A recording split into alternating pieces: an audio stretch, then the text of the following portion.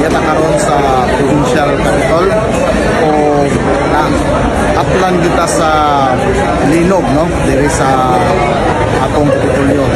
So akong giauhag ang tanang kaigsunan ng mga bulanon na kung pwede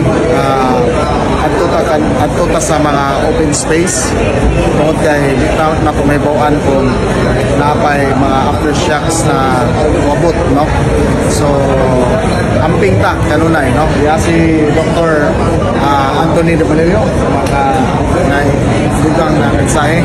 Yes, go, may buntag. Ongoing atong monitoring province-wide go, but based sa latest report sa PHIVOLCS, Engineer Nolan, dili pareha intensity ang magnitude 4 or 3, 5 ang Bohol, labi na Lila, eastern side of Bohol.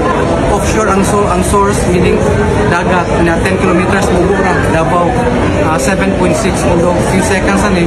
Patang advisory na ta province-wide go, daghang na-inquire na itong mga schools, private schools, even ang universities.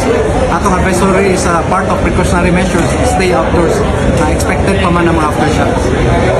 So tanan, no, iyon nadungog ang mensahe ni Dr. Anthony De Valerio. So atong sundon lang ang advice sa PHIVOLCS o sa atong PDM. Daghang salamat.